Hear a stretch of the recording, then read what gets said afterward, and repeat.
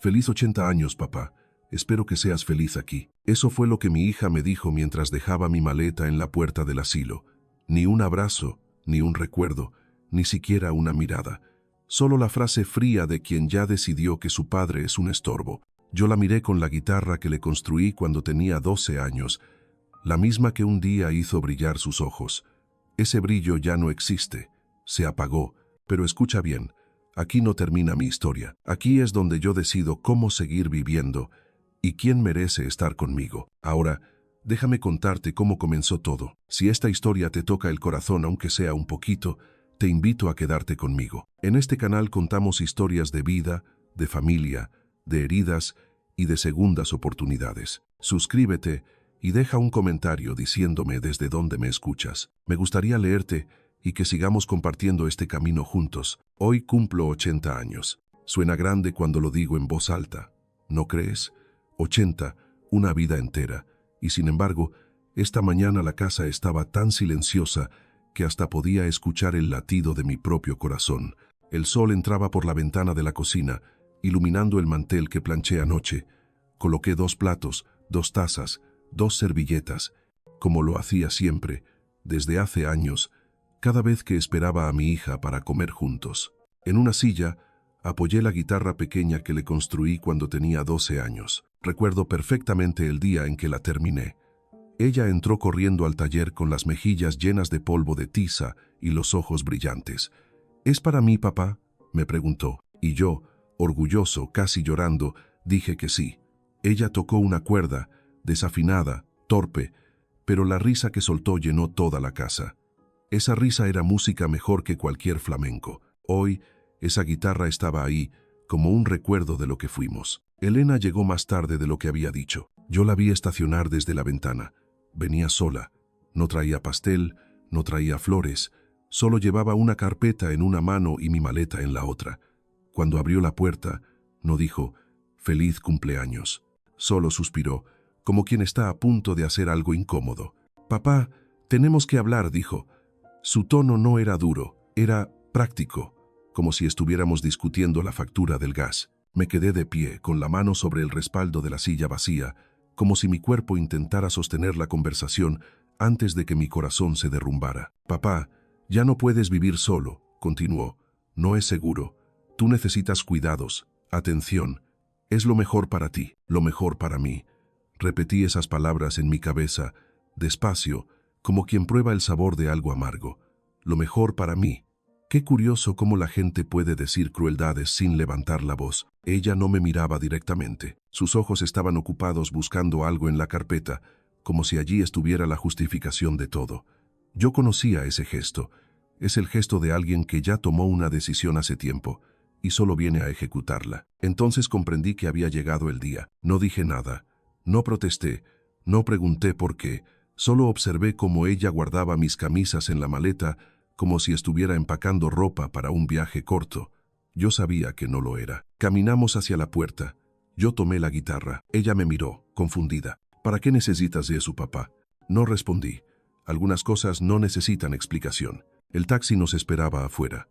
Elena le indicó al conductor la dirección de la residencia. Residencia Santa Esperanza.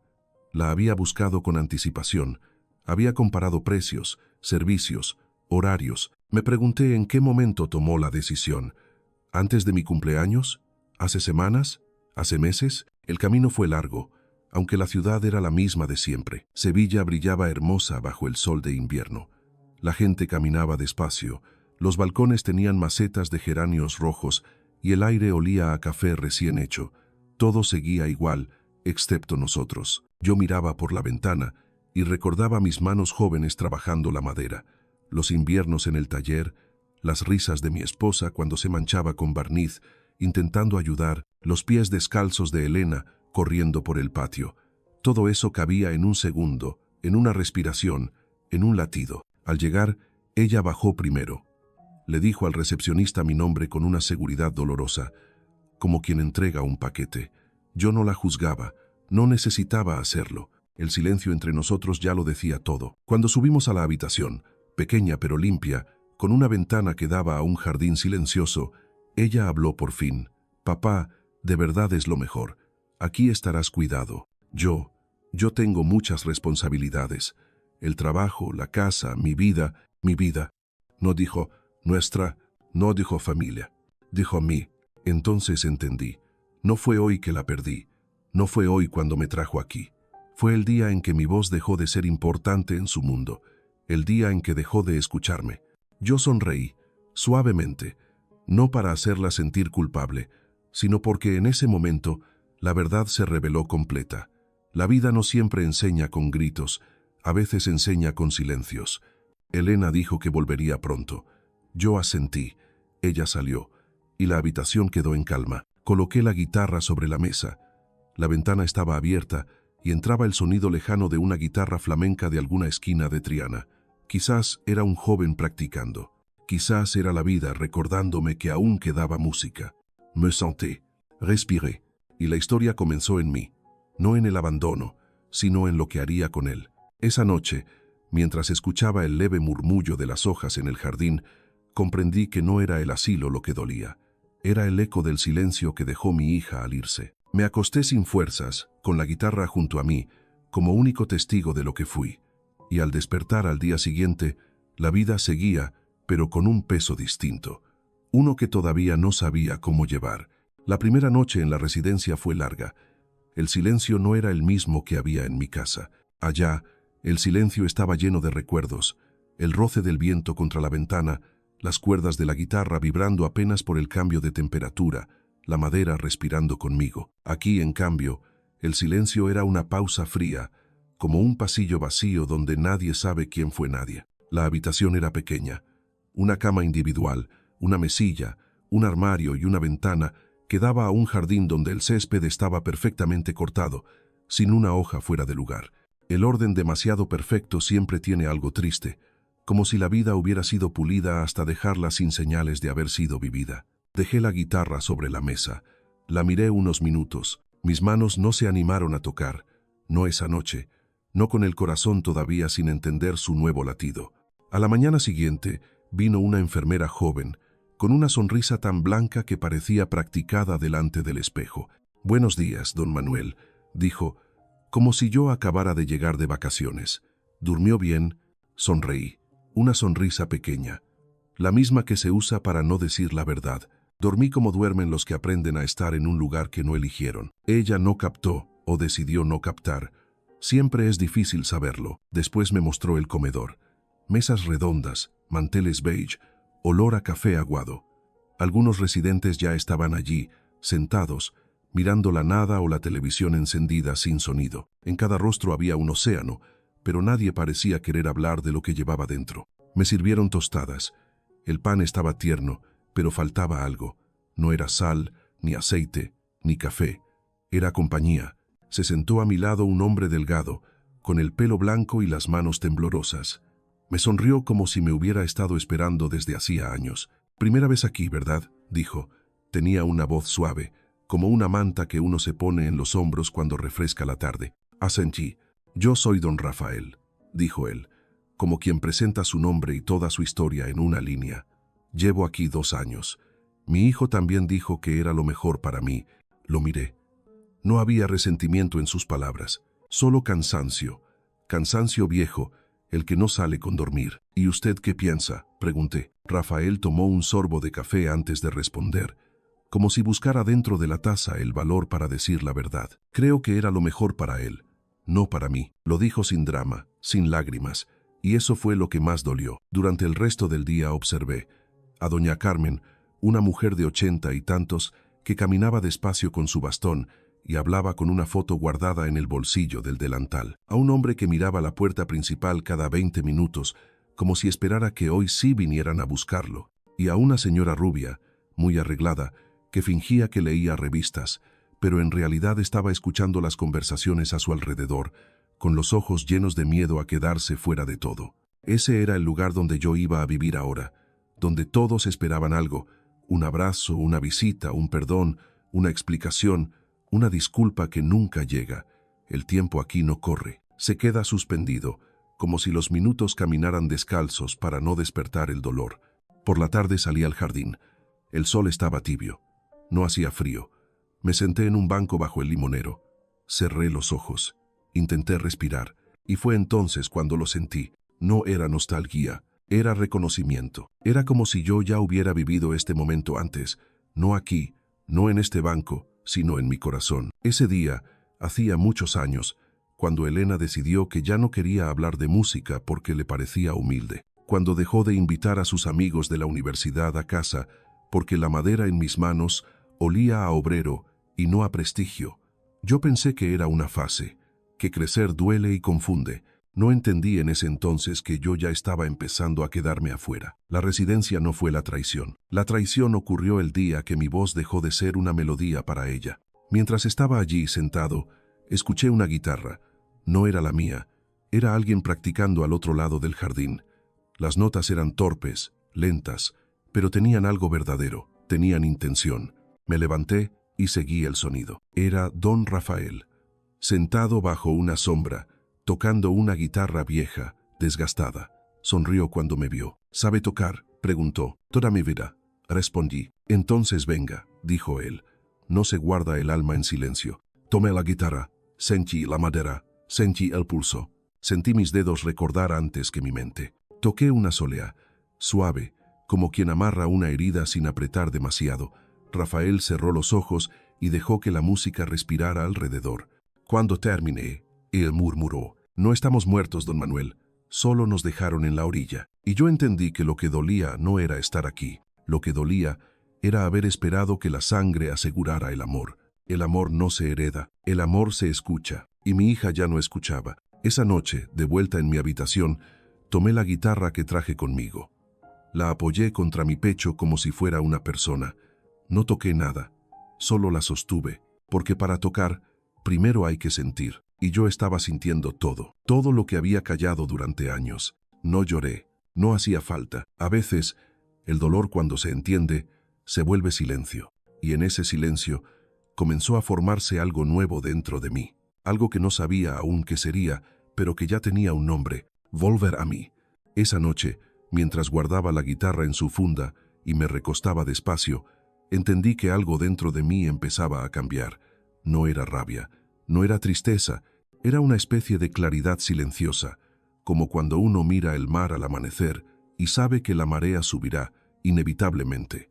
Al día siguiente, la vida trajo de vuelta una voz que creí haber perdido. Habían pasado unos días desde mi llegada, no muchos, pero suficientes para que el tiempo empezara a adquirir ese ritmo lento que tienen los lugares donde la vida se mide en silencios. Ya conocía los horarios, los rostros, las voces que hablaban siempre demasiado bajo, como si el ruido pudiera despertar algún dolor antiguo. Me había acostumbrado a caminar por el jardín después del desayuno, a escuchar el sonido de los pájaros entre los árboles, a ver el sol reflejarse en las ventanas del edificio como una promesa que no sabía si podía creer. Era por la tarde cuando la escuché, la voz de Elena, mi hija, al otro lado del teléfono. El móvil vibró sobre la mesilla con una insistencia que rompió la calma. Miré la pantalla. Su nombre estaba ahí, claro, limpio, como si nada hubiera pasado. Respiré hondo antes de contestar. «Papá», dijo ella, con una voz que no supe reconocer. No era la voz segura con la que me trajo hasta aquí. Tampoco era la voz dulce de cuando era niña. Era una voz que parecía estar caminando sobre hielo delgado. «Elena», respondí. «Solo quería saber cómo estás», dijo ella. Una frase sencilla, pero tan cargada de cosas no dichas que casi pude sentir su peso en mi espalda. «Estoy bien», fue mi respuesta. No mentía del todo. No decía toda la verdad. Hubo silencio. Ese silencio que aparece cuando dos personas ya no saben cómo hablarse. «Papá, espero que entiendas», empezó ella. «Que lo hiciste por mí», completé yo. «Sí, ya lo sé. Eso dijiste». No era ironía, ni reproche. Era solo la realidad puesta en palabras. Una herida nombrada sin presionar. Ella suspiró. Ese suspiro lo conocía. Era el suspiro de cuando quería terminar una conversación sin que pareciera que la estaba terminando. «He estado muy ocupada», continuó, como si eso explicara todo. «El trabajo, las reuniones, la casa, tú sabes». «Sí, lo sé, pero en mi interior, una verdad se deslizó suavemente. Cuando alguien quiere, encuentra tiempo. Cuando no quiere, encuentra excusas». «Papá, Te prometo que iré a ver-te esta semana. Solo necesitaba adaptar-me a todo esto. Asentí, aunque ella no podía verme. La llamada terminó como comenzó, con una distancia que no se decía, pero se sentía. Coloqué el móvil sobre la mesa y permanecí allí, sentado, mirando la guitarra que descansaba al lado de la cama. Era extraño. Antes, su voz podía llenar una habitación. Ahora, la dejaba vacía. Más tarde salí al jardín. Don Rafael estaba allí, como siempre, sentado bajo la sombra del limonero, tocando unas notas suaves. «Tu hija ha llamado, ¿verdad?», me preguntó sin mirarme. «¿Cómo lo sabes?», respondí. «La música tiene memoria», dijo él. «Y hoy estás tocando diferente». Me senté a su lado. Él dejó la guitarra sobre sus rodillas. «No te lo tomes como algo personal», continuó. «Ellos creen que saben lo que es mejor para nosotros. Creen que la vida es una línea recta, que todo está bajo control. Pero la vida no funciona así. La vida se rompe, se tuerce, se pierde». Miré sus manos envejecidas sobre la madera. «¿Y tú lo perdonaste?», pregunté. Don Rafael sonrió, pero era una sonrisa triste, sin luz. «Perdonar», susurró. «Yo no sé si perdonar significa olvidar, o si significa que uno ya no tiene fuerzas para seguir peleando. Yo no olvidé, solo aprendí a vivir con la grieta». Nos quedamos en silencio. El viento movía las hojas, y por un momento el jardín parecía un lugar suspendido entre el ayer y el mañana. Esa noche, después de la cena, volví a mi habitación. Me senté frente a la ventana, y entonces lo vi. Elena cruzaba el portón de la residencia. No venía con flores, no venía con pastel, venía con prisa, con el bolso colgando del hombro, con el gesto apretado de quien no viene por amor, sino por obligación. Subió sin pedir permiso. La escuché caminar por el pasillo antes de que tocara la puerta. «Papá», dijo al entrar. No levanté la voz, no me paré, no sonreí. «Elena», dije simplemente. Ella miró la habitación, como si quisiera juzgarla, medirla, evaluar si era suficientemente buena para alguien como yo. «¿Estás cómodo aquí?», preguntó. «Estoy vivo aquí», respondí, que no es lo mismo que cómodo, pero suficiente. Ella bajó la mirada. «Papá, sé que esto ha sido difícil para ti, para ambos, pero tienes que entender que yo tengo una vida». «Lo sé», dije, «y yo tenía un lugar en esa vida. Antes». Ella cerró los ojos un segundo, como si mis palabras fueran un golpe suave, pero preciso. «No vine a discutir», dijo, «solo vine a verte». La observé en silencio. La mujer frente a mí no era la niña que tocaba la guitarra, no era la joven que me pedía consejos sobre la universidad. Era alguien que había aprendido a poner distancia para no sentir. «La distancia no protege, Elena», dije yo, «solo desgasta, y cuando uno se da cuenta, ya no queda nada que unir». Ella apretó los labios. Su mirada se llenó de algo. No sé si era tristeza, rabia o miedo. «Yo no sé cómo acercarme a ti, papá», murmuró. «Entonces quédate quieta», respondí. «No hace falta acercarse corriendo, solo hace falta no irse». Ella me miró por fin directamente, y por un instante vi a mi hija, la de verdad, la que reía con mi guitarra entre las manos. «Papá», susurró, pero ese instante se fue tan rápido como llegó. «Tengo que irme», dijo ella. «Lo sé». Se fue. La habitación volvió a quedarse en silencio, pero esta vez ya no era un silencio vacío. Era un silencio que empezaba a construir algo. Sin saberlo, Elena había encendido la chispa, una chispa pequeña, silenciosa, pero suficiente para despertar algo que había estado dormido demasiado tiempo: mi derecho a decidir cómo vivir mis últimos años, y con quién, y para quién, y sobre todo, para qué. Ese fue el comienzo, no de la venganza, sino de la claridad. Esa noche, después de que Elena se marchara y el pasillo volviera a quedarse en silencio, comprendí que algo había cambiado para siempre. No fue un golpe ni una revelación dramática, fue apenas un latido distinto, una calma nueva. No sabía todavía hacia dónde me llevaría, pero sí supe con certeza que ya no era el mismo hombre que había llegado allí días atrás. Los días siguientes después de la visita de Elena fueron distintos, no porque ella hubiera dicho algo que cambiara mi situación, sino porque yo, por primera vez, empecé a mirar alrededor con ojos nuevos. Antes solo veía mi propio dolor, ahora empezaba a ver el dolor de los demás, y cuando uno descubre que no está solo en la herida cambia de forma. En el comedor, a media mañana, el ambiente era siempre el mismo: cucharas golpeando platos, conversaciones bajas, algún comentario sobre el clima o la medicina del día. Pero ese día Decidí sentarme con doña Carmen. Era una mujer de cabello blanco recogido en un moño perfectamente armado, como si todavía esperara que su hijo apareciera de sorpresa y la encontrara elegante. Me contó que llevaba allí más de 3 años. 3 años. Y su hijo vivía a 15 minutos en coche. Se lo dijo sin llanto, sin rabia, como quien recita la lista de la compra. Eso fue lo que más me dolió. El tiempo no siempre cura. A veces solo acostumbra. Mientras hablaba con ella, recordé algo que había dejado guardado muy dentro de mí, casi como quien guarda una carta que nunca quiere leer. Recordé la noche en que mi esposa me dijo, con una calma que asusta, que temía que nuestra hija creciera sin corazón. Yo pensé que exageraba. Pensé que el amor que le dábamos sería suficiente compensación contra cualquier dureza del mundo.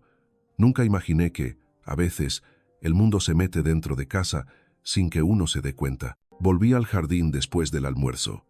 El limonero estaba en flor y el aire tenía un aroma fresco que casi limpiaba el pecho. Me senté al lado de don Rafael, que afinaba su guitarra con paciencia de artesano. «Hoy tocas distinto», me dijo. «¿Cómo así?» «Menos tristeza, más búsqueda». Sonreí.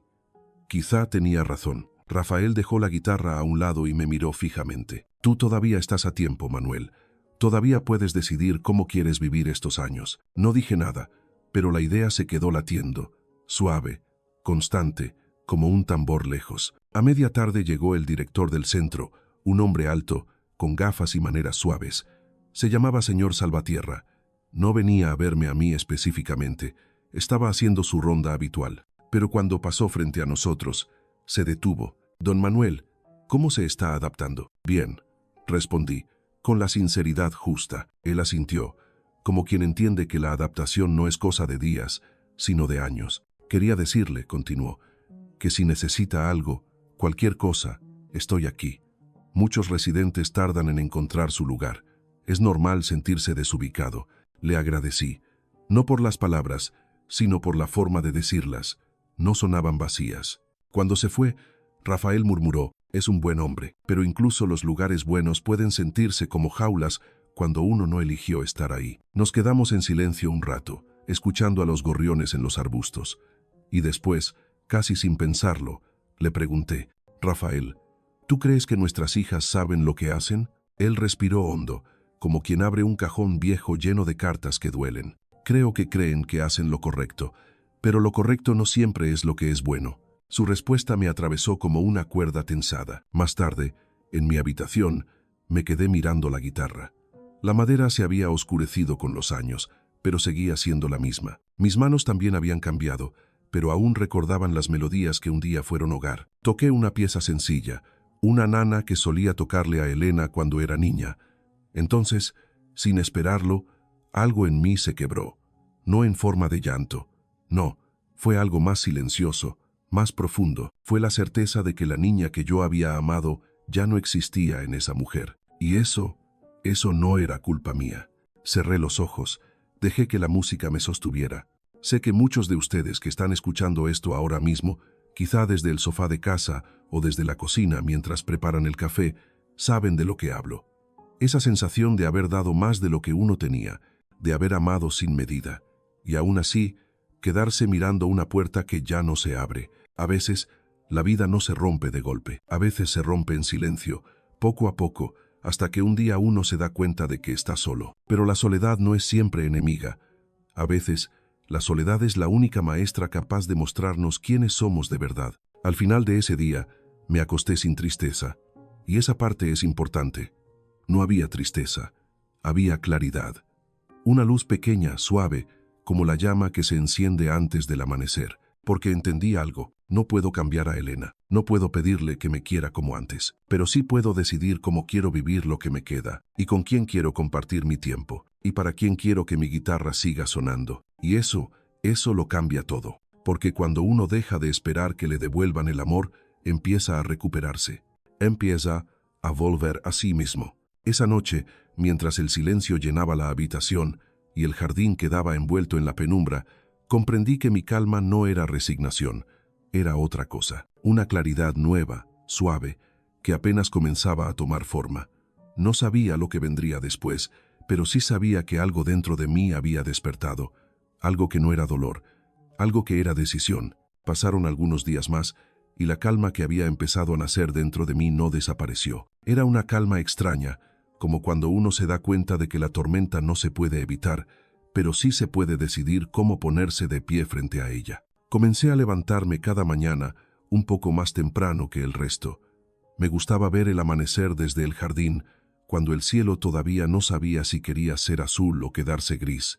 El limonero seguía oliendo a fresco, y ese olor se convertía en una especie de refugio íntimo, un pequeño recordatorio de que la vida continúa incluso cuando uno siente que ha quedado detenido en el tiempo.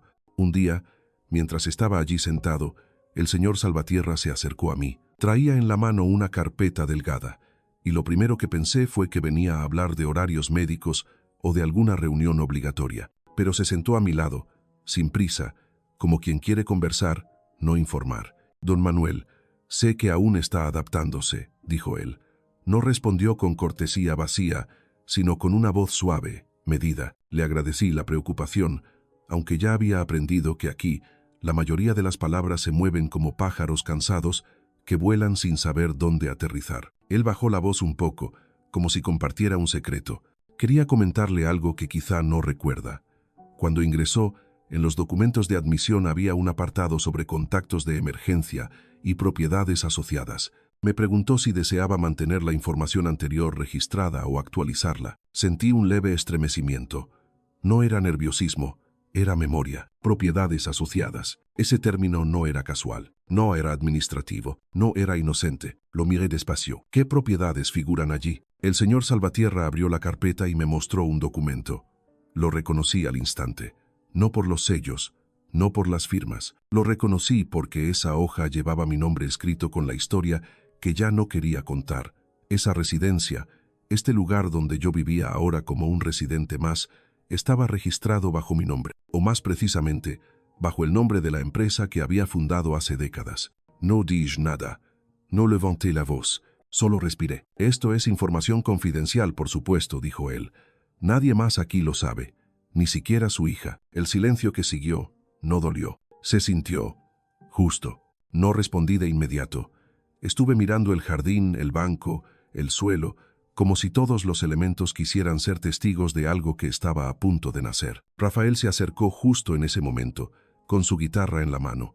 Saludó al director con la cabeza y se sentó a mi lado. No sabía nada, pero como siempre, parecía entender más de lo que veía. Cuando el director se fue, Rafael me miró. «Tú ya lo sabías, ¿verdad?»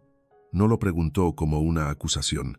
Lo preguntó como quien reconoce a otro que ha estado guardando fuego bajo la madera. Cerré los ojos un momento.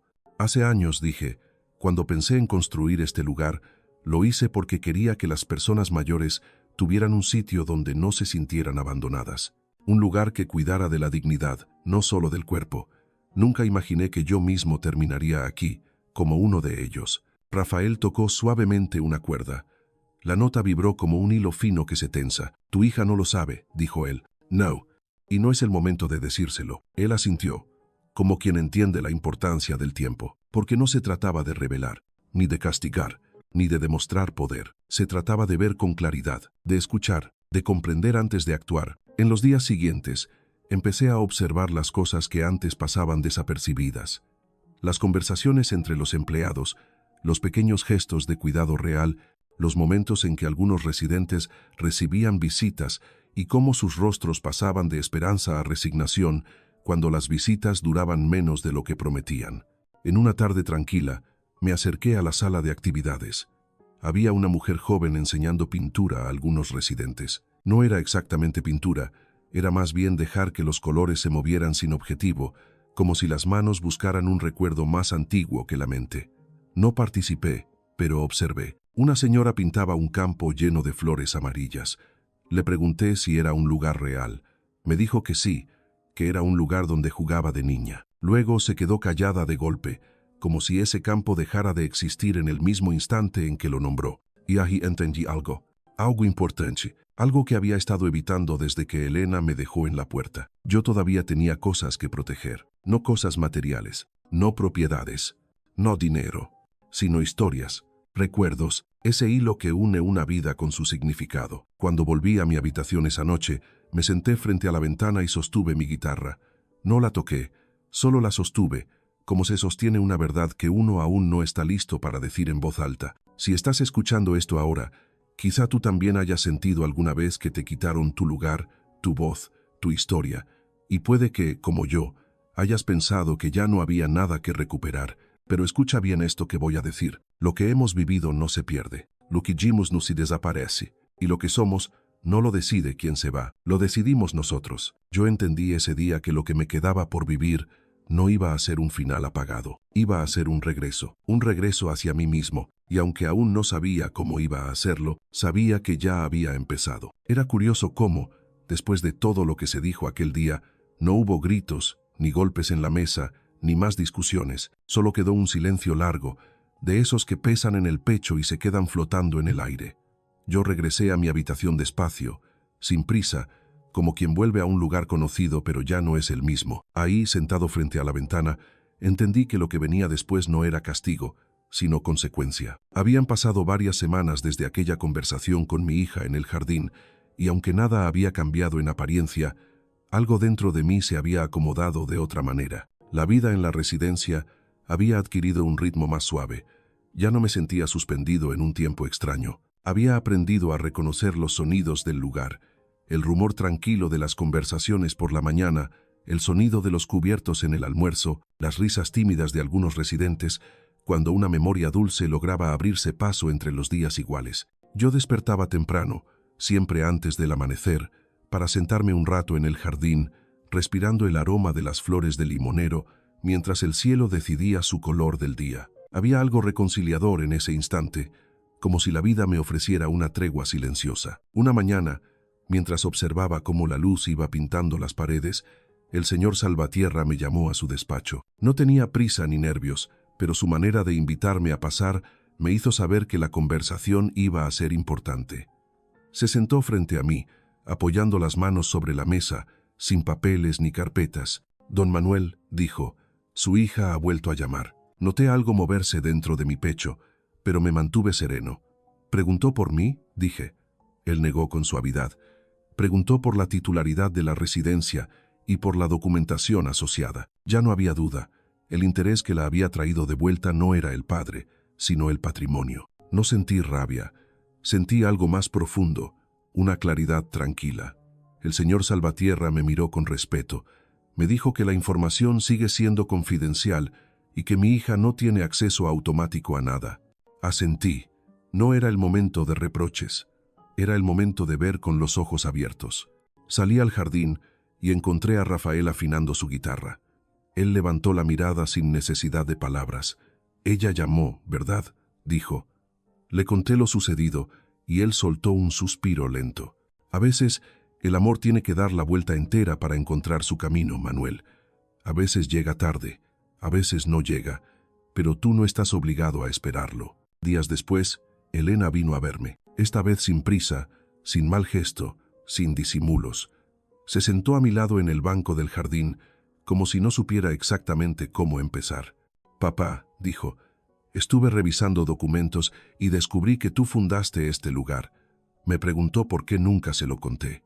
Le respondí que no se lo conté porque nunca lo vi como un trofeo, sino como una manera de cuidar dignidad donde casi siempre se pierde. Ella respiró hondo y su pregunta siguiente llegó sin rodeos.